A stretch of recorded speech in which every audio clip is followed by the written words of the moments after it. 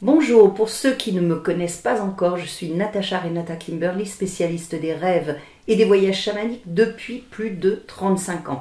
J'aimerais vous souhaiter à toutes et à tous une très belle année 2021, qu'elle vous apporte la joie, la légèreté, la sérénité et surtout la magie nécessaire pour pouvoir continuer votre chemin.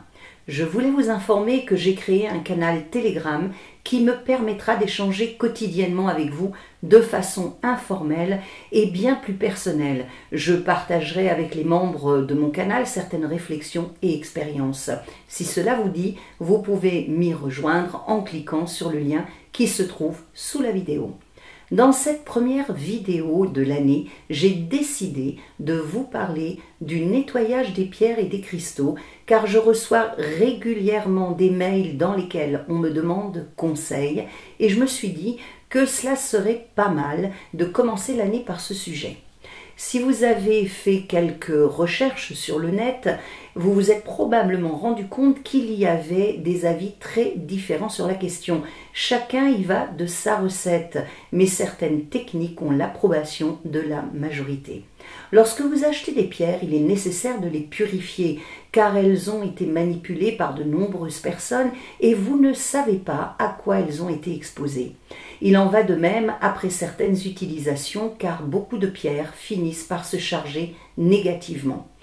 Plus une pierre est imposante, moins elle a besoin de nettoyage. À partir de 10 kg, la purification à l'eau n'a plus lieu d'être. En ce qui concerne le nettoyage par fumigation, c'est à partir plus ou moins de 5-6 kg que ce n'est plus vraiment nécessaire.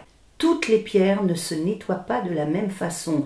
Certaines n'aiment pas l'eau et d'autres ne supportent pas la lumière du soleil ou de la lune.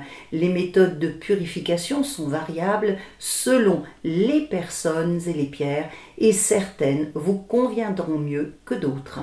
Il vous faudra, en nettoyant vos pierres, avoir l'intention de les dépouiller de toutes les énergies qu'elles ont pu accumuler lors de leur périple, tout en faisant bien attention à ce qu'elles gardent leur énergie naturelle intacte. Il ne faudra pas oublier de focaliser votre attention à chaque fois que vous procéderez à une purification. La première technique qui fait l'unanimité est celle qui consiste à passer votre pierre sous l'eau courante.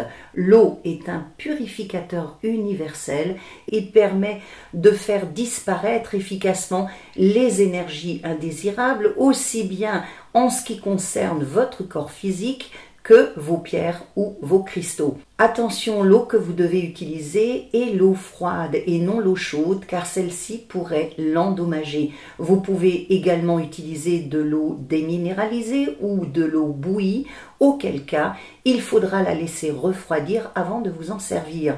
Comme je vous l'ai dit, certaines pierres n'aiment pas l'eau, ce qui est le cas de la sélénite, de la stibine, de la barytine ou encore de l'angélite, qui elle se transformera en gypse à son contact. En nettoyant votre pierre sous l'eau courante, visualisez l'eau comme une lumière blanche liquide qui va permettre à la pierre de retrouver sa fréquence d'origine.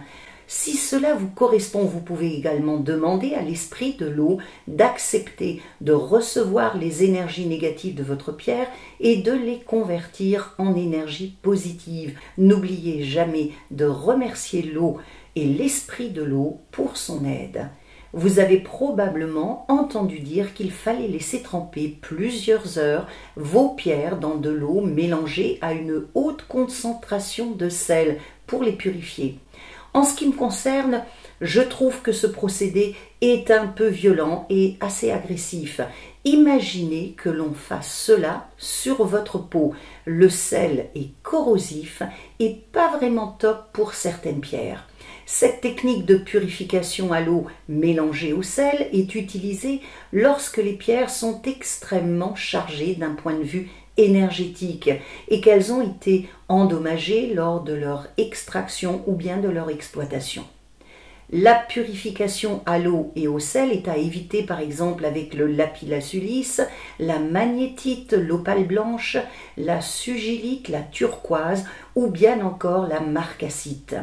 Certains vous diront qu'il faut utiliser l'énergie du soleil levant ou bien de la pleine lune pour la purification de vos minéraux, car tous deux sont d'excellents purificateurs. C'est vrai, et quelques heures devraient suffire, mais attention de ne pas faire n'importe quoi, car certaines pierres se décolorent lorsqu'elles sont exposées à leurs rayons, même à ceux de la lune, comme c'est le cas pour l'améthyste par exemple. De plus, pour ce genre de nettoyage, il faut tenir compte de la polarité de vos pierres qui ne seront pas forcément à l'aise, exposées au soleil si elles ont une polarité lunaire, comme l'opale girasol, ou bien exposées à la lune si elles possèdent une polarité solaire, comme le cristal de roche. Certaines personnes utilisent la visualisation pour effectuer leur purification, ce qui est également une bonne technique. Si vous l'employez, il faut tenir votre pierre dans vos mains et visualiser une lumière blanche entourer la pierre, puis la pénétrer. Cette lumière devra alors aller dans les moindres recoins de votre minéral et balayer toutes les négativités sur son passage. Vous pouvez également visualiser une cascade d'eau pure et lumineuse qui s'écoule sur votre pierre et qui emporte avec elle toutes les énergies non désirables. D'autres personnes utilisent leur souffle pour purifier leurs minéraux. Si vous employez cette technique, pensez auparavant à faire un exercice d'ancrage, puis utilisez l'énergie que vous avez récoltée de la terre et du ciel pour effectuer votre nettoyage. Vous pouvez également employer la fumigation avec de l'encens pour le nettoyage de vos pierres, car comme je vous l'ai dit, certaines d'entre elles se détériorent au contact de l'eau, notamment celles qui ont une haute teneur en fer, en cuivre ou en soufre. Utilisez pour la fumigation des résines d'encens naturelles, comme le benjoin ou l'oliban, mais n'employez qu'une seule sorte de résine à la fois. Placez votre encens sur une pastille de charbon de bois incandescente et passez ensuite pendant quelques minutes votre pierre que vous aurez préalablement mise dans une passoire dans la fumée produite par l'encens.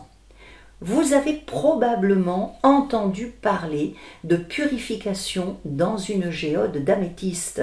Le problème avec cette méthode, c'est que la géode doit être conséquente, au minimum 20 kg pour être efficace, et que vous devez laisser la pierre pas mal de temps à l'intérieur. De plus, l'améthyste étant un cristal qui se charge, la géode finit elle-même par se charger et par ne plus être efficiente.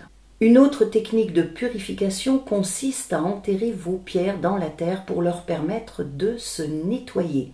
C'est une bonne méthode, mais qui demande beaucoup de temps, voire plusieurs mois, selon les pierres et la pollution énergétique dont elles ont fait l'objet.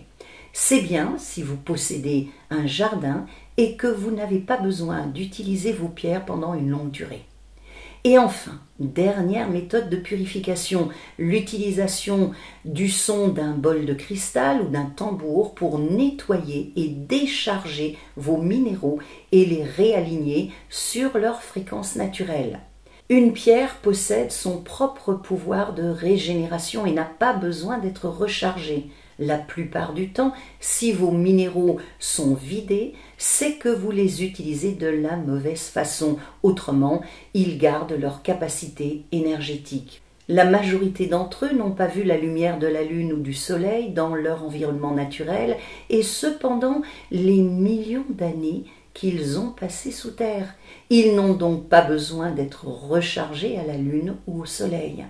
Il vous suffit juste de les purifier, de les décharger s'ils ont été chargés négativement, ce qui leur permettra de se réaligner naturellement sur leur fréquence d'origine.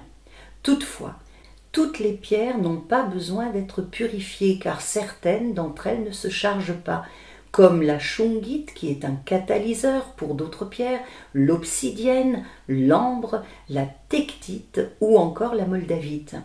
Et voilà, en ce qui concerne la purification des pierres et des cristaux. À bientôt. Rêvons et voyageons ensemble.